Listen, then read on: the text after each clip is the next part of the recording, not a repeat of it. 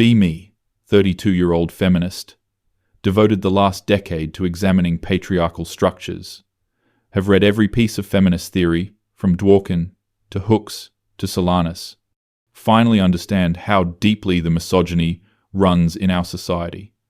It's not just about individual men, it's about the entire system. The whole thing needs to be dismantled, brick by brick. And I'm going to be one of the women doing it. Work at a tech company as a project manager, one of only 3 women in a department of 20 people. Classic example of how men gatekeep STEM fields. Doesn't matter that I chose humanities in college. That's actually because of socialization anyway. Girls are taught from birth that math and science aren't for them. I could have been an engineer if society hadn't failed me. Every morning, I come into the office ready to challenge the status quo, wearing my "The future is female" shirt, have pins all over my bag with various feminist slogans. Smash the patriarchy. Nevertheless, she persisted, men are trash, etc. Need to make sure everyone knows where I stand. Silence is complicity after all. Sit down at my desk next to Derek. Derek is your typical tech bro. Always talks about video games and sports.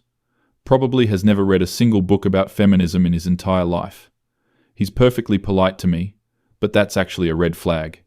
Performative niceness is how men hide their underlying misogyny. Derek says, "Good morning." I don't respond. I'm not going to engage in emotional labor for men anymore. Women have been expected to be pleasant and smiley for too long. It's not my job to make him comfortable. Check my email and see a message about a team meeting. Great, another opportunity for men to talk over me. I've been tracking it actually, made a spreadsheet of every time I get interrupted in meetings. It happens at least 5 times per meeting. But when I bring it up, suddenly I'm being divisive. Classic DAVO: deny, attack, reverse, victim, and offender. Meeting starts at 10 a.m. I come prepared with statistics about how our company's gender pay gap, got the numbers from Glassdoor, and some educated guessing. Even if they're not exact, they represent a larger truth. Women are paid less, period. That's a fact. Boss starts talking about Q3 projections. I raise my hand. He calls on me. Before we continue, I think we need to address the elephant in the room. This company has a serious problem with gender equity. I've calculated that women here make approximately 15 to 20% less than men. And before anyone says it's about experience or qualifications, that's just internalized misogyny. The room goes quiet. Derek shifts uncomfortably. My boss, Richard, sighs. He's sighed at me before when I've brought up feminist issues. That sigh is dripping with condescension. It says, "Here she goes again," without words. Microaggression at its finest. We've discussed this before, Richard says. Our salaries are based on experience, role, and negotiation. That's literally the problem. I shoot back. Women are socialized not to negotiate. The fact that you use negotiation as a factor is inherently sexist. You're punishing women for the way patriarchy has conditioned us. You can see several men rolling their eyes. Mark actually looks at his phone. The disrespect. This is what women deal with every single day. We speak truth to power, and men just tune us out. Can we please get back to the quarterly projections? Richard asks. No, we can't just get back to it, I say, voice rising. This is more important than your projections. If this company is built on the oppression of women, then what's the point? We need to dismantle these structures before we can move forward. Richard pinches the bridge of his nose. Your concerns are noted. Let's discuss this after the meeting.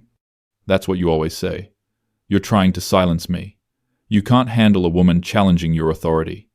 Meeting continues. But I don't pay attention.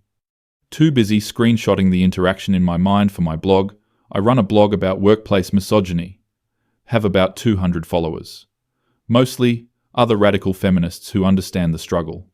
We share stories and validate each other's experiences. After meeting, I go to the break room. Several male co-workers are there. They stop talking when I walk in. They were obviously talking about me. Men always gossip about women who threaten them. I decide to address it head on. I know you were talking about me. Derek looks uncomfortable. We were actually talking about the football game. Sure you were. Let me guess, you all think I'm crazy. You think I'm some hysterical feminist who sees sexism everywhere. Well, guess what? Sexism is everywhere. It's baked into every interaction, every structure, every institution. Mike, another co-worker, holds up his hands. Look, nobody thinks you're crazy. We just want to do our jobs without everything becoming a political debate. My existence is political. I'm practically shouting now.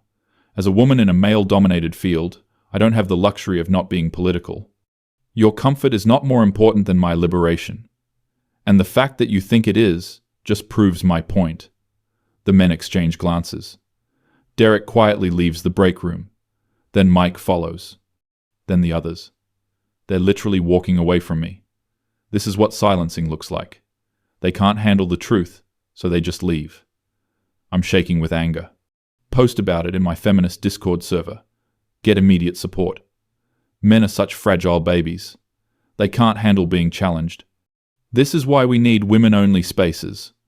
Feel validated. Over the next few weeks, I notice a pattern. Whenever I enter a room, conversations stop. When I try to engage men in discussions about patriarchy, they make excuses to leave. Oh, I have a meeting. Sorry, I need to focus on this deadline. I'm heading out to lunch. It's so blatant. They're freezing me out. This is a classic tactic used against women who speak up. If they can't silence us directly, they exclude us socially. Creates a hostile work environment. Might actually be illegal. Need to check. Try to talk to Derek about it.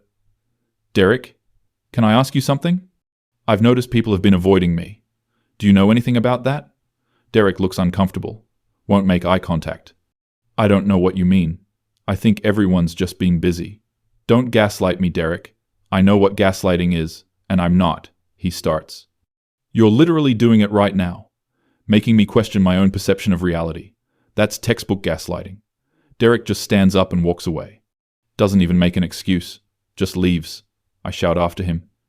You can't run from the truth forever. Go to HR. Ask to speak to someone about workplace discrimination. The HR rep is Linda, another woman. Surely she'll understand. Explain the situation. Tell her how men are, avoiding me, excluding me, refusing to engage with me. Tell her about the pay gap I calculated. Tell her about how I get interrupted in meetings. Tell her about the hostile work environment.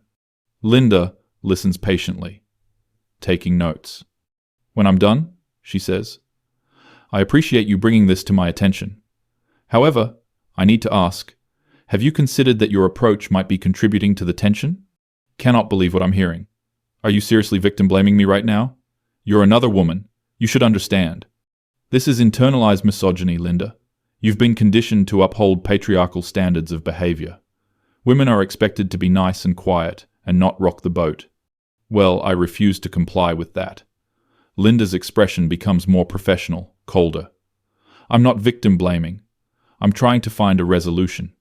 But if your co-workers feel harassed or uncomfortable, they feel uncomfortable? What about me? I'm the one dealing with sexism every single day. I'm the one being excluded and silenced. From what you've described, it sounds like your co-workers are simply choosing not to engage in political discussions at work. That's their right. You can't force people to debate with you. Actually shaking with rage now. So you're taking their side. You're protecting the patriarchy. This is exactly why HR exists. To protect the company, not the workers. Especially not women workers. Storm out of Linda's office. She calls after me, but I ignore her. Traitor. She's probably sleeping with one of the executives anyway. That's how women like her get ahead. By playing along with men's rules. That evening, vent about it on Twitter. Quote, tweet some MRA account with, "This is what male fragility looks like." Tweet about how even other women uphold the patriarchy. Tweet about how exhausting it is to be constantly fighting. Get into an argument with someone who says, I sound difficult to work with. Difficult? Women who challenge the status quo are always called difficult. Suffragettes were called difficult. Civil rights activists were called difficult. I'm in good company. Block about 15 accounts that night. Mostly men, but a few women too. The women are worse, honestly. At least men are openly the enemy. These women are pretending to be feminists, while tone policing and defending patriarchy, next day at work, decide to try a new approach, was going to kill them with kindness. Show them that I can be pleasant while still holding my ground. This will prove that their avoidance isn't about my tone. See Derek in the hallway. Hey, Derek. How was your weekend? He looks startled. It was good. You? It was great. I went to a feminist workshop about dismantling masculine hegemony. Really interesting stuff about how masculinity is a social construct designed to enforce patriarchal power structures. You should come with me sometime. I think you'd learn a lot. Derek's eyes widen. I have a meeting. Sorry. He practically speed walks away. Fine. Derek is a lost cause. Try with some other co-workers. Same result. They all suddenly remember important things they need to do. In the afternoon, there's a team lunch. Someone ordered pizza. I arrive at the conference room where everyone's gathered. Conversation is flowing. People are laughing. I walk in, and the energy shifts. Not immediately silent, but noticeably more subdued. Sit down. Grab a slice. So what are we talking about? Mike says, just the game last night. Oh, sports, I say. You know, professional sports are actually a really good example of toxic masculinity. The way we glorify violence and aggression, the rampant sexism in sports culture, not to mention the cheerleaders, literal objectification of women for male entertainment. Silence. Actual, complete silence. Everyone is just eating their pizza, staring at their plates. Hello? Did everyone hear me? Tom, who rarely speaks, says quietly, We heard you, then continues eating. So you're just going to ignore what I said? We're not ignoring you, Mike says. We're eating lunch. We can do both, I counter. Or are you incapable of having an intellectual discussion while eating? Sarah, one of the other women in the department, speaks up. Maybe we could just have a relaxing lunch without getting into heavy topics? Even Sarah is against me now. The personal is political Sarah. There's no such thing as a relaxing lunch under patriarchy. Our very existence is shaped by these systems. Sarah just shakes her head and goes back to her pizza. I eat in silence. Furious silence. They're using the silent treatment as a weapon. They know it upsets me, so they're doing it deliberately. Psychological warfare. Finish my slice and leave. Hear the conversation pick back up immediately after I'm gone. They're not even trying to hide it anymore. Over the next month, the situation gets worse. Men literally turn around and walk the other way when they see me coming. In meetings, if I speak, I'm met with, okay, noted, and then they move on. No engagement, no argument, no discussion. Just acknowledgement and dismissal. It's making me insane. How can I educate people if they won't even argue with me? How can I challenge their beliefs if they won't defend them? They're denying me the opportunity to prove them wrong. Start sending long emails to the entire department. Detailed breakdowns of patriarchal theory. Explanations of how our workplace perpetuates sexism. Links to articles and studies. Reading lists. Nobody responds. Not a single reply. It's like I'm shouting into the void. Try a different approach. Start leaving printed articles on people's desks. Stuff about male privilege, toxic masculinity, the gender pay gap. Find them in the trash later. Actually in the trash. My carefully curated educational materials. Thrown away like garbage. Confront Derek about it. Found one of my articles in the recycling bin, near his desk. Did you even read this before throwing it away? I skimmed it, he says. And I don't really have anything to say about it. You don't have anything to say about the systematic oppression of women? Nope. Nothing at all? Nothing at all. He's looking at me with this blank expression. Not angry, not defensive. Just blank. It's infuriating. You're a coward. I tell him, you know I'm right, but you're too invested in your male privilege to admit it. If you say so, he responds. Argue with me. I'm yelling now. Tell me I'm wrong. Defend yourself. I don't want to, Derek says calmly. That's your choice, but it's not mine. And he walks away, nearly crying with frustration. post about it on my blog. Men have found a new way to silence women, refusing to engage. They won't argue because they know they'll lose. So instead they simply opt out, pretending our concerns don't exist. This is violence, intellectual violence, emotional violence. Get a few supportive comments, but also get some criticism, even from other feminists. Maybe you need to reconsider your approach. You catch more flies with honey. Have you thought about why people don't want to engage with you?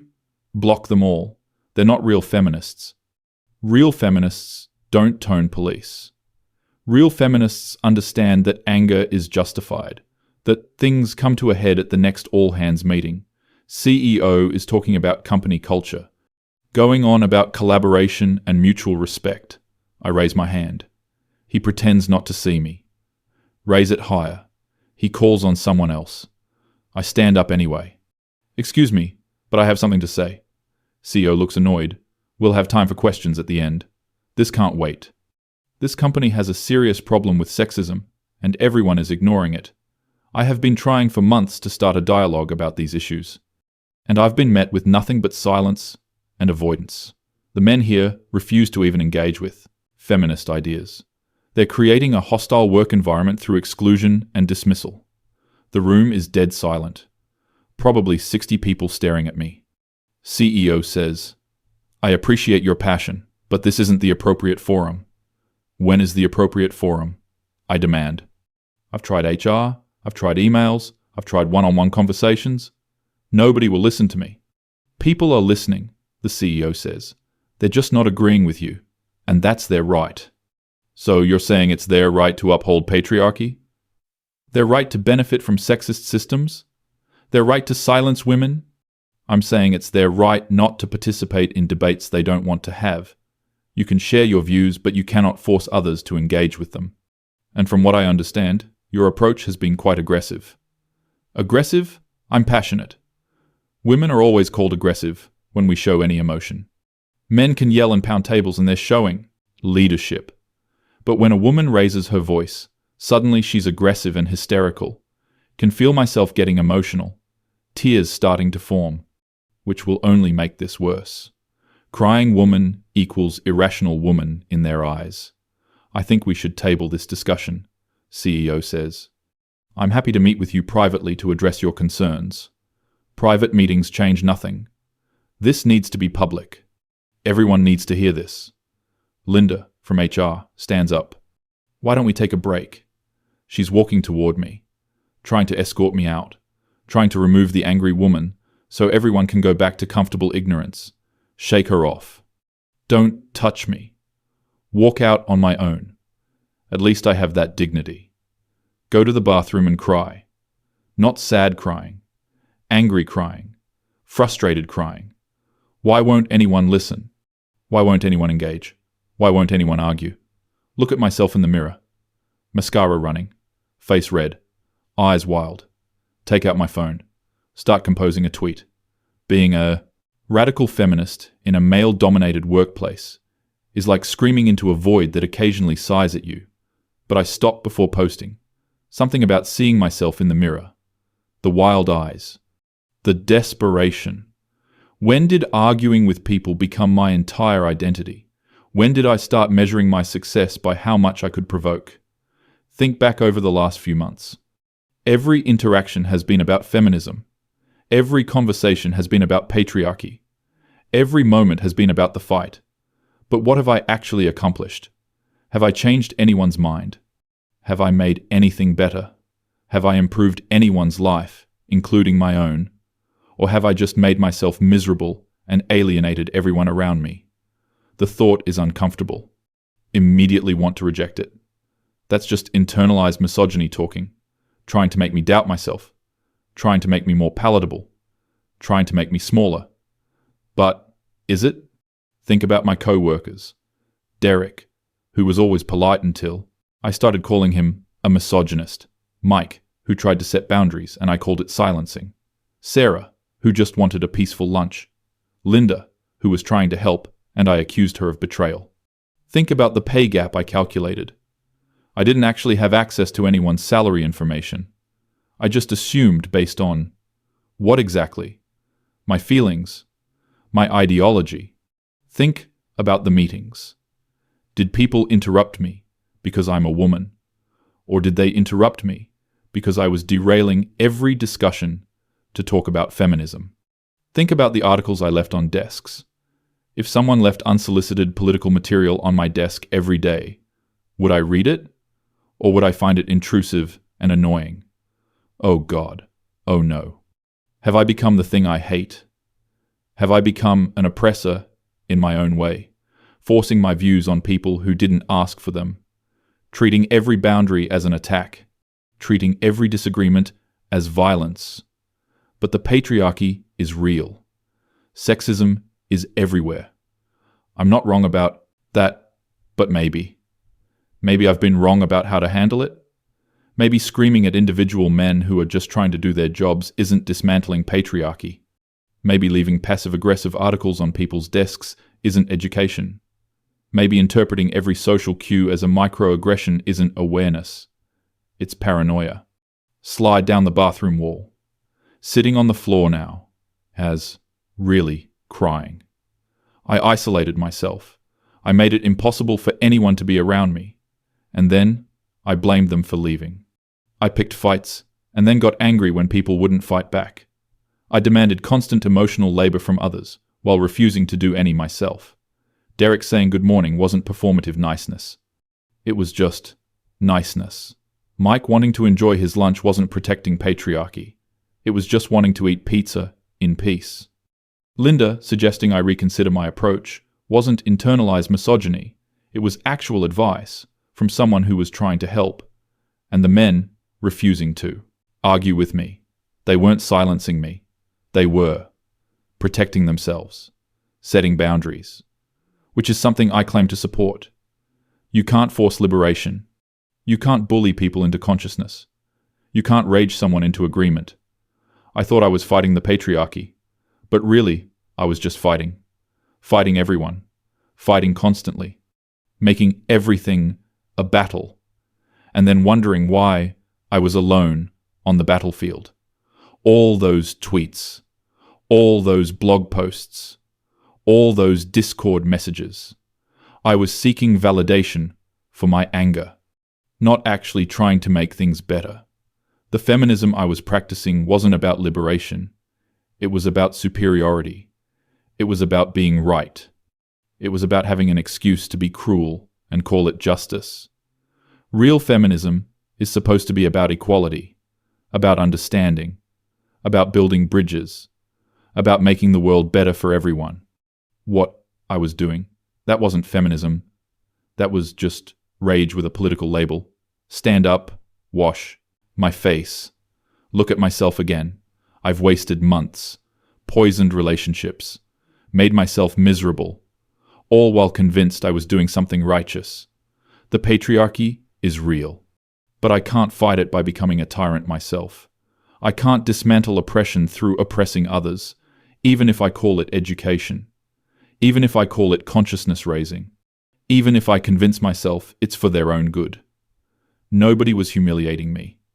I was humiliating myself by making my entire identity about conflict, by seeing enemies everywhere, by refusing to see my own role in my isolation. Men refusing to argue with me wasn't an attack. It was the natural consequence of making myself unpleasant to be around. It was them doing exactly what they should do, setting boundaries with someone who was being hostile. Take a deep breath. I need to apologize. To Derek, to Mike, to Sarah, to Linda, to everyone I've harangued and lectured and accused. I need to actually listen instead of just waiting for my turn to educate. I need to recognize that people are complex, that I don't have all the answers, that my pain doesn't give me permission to hurt others. I need to understand that feminism without compassion isn't feminism at all. It's just another hierarchy, with me trying to climb to the top by pushing everyone else down. Leave the bathroom.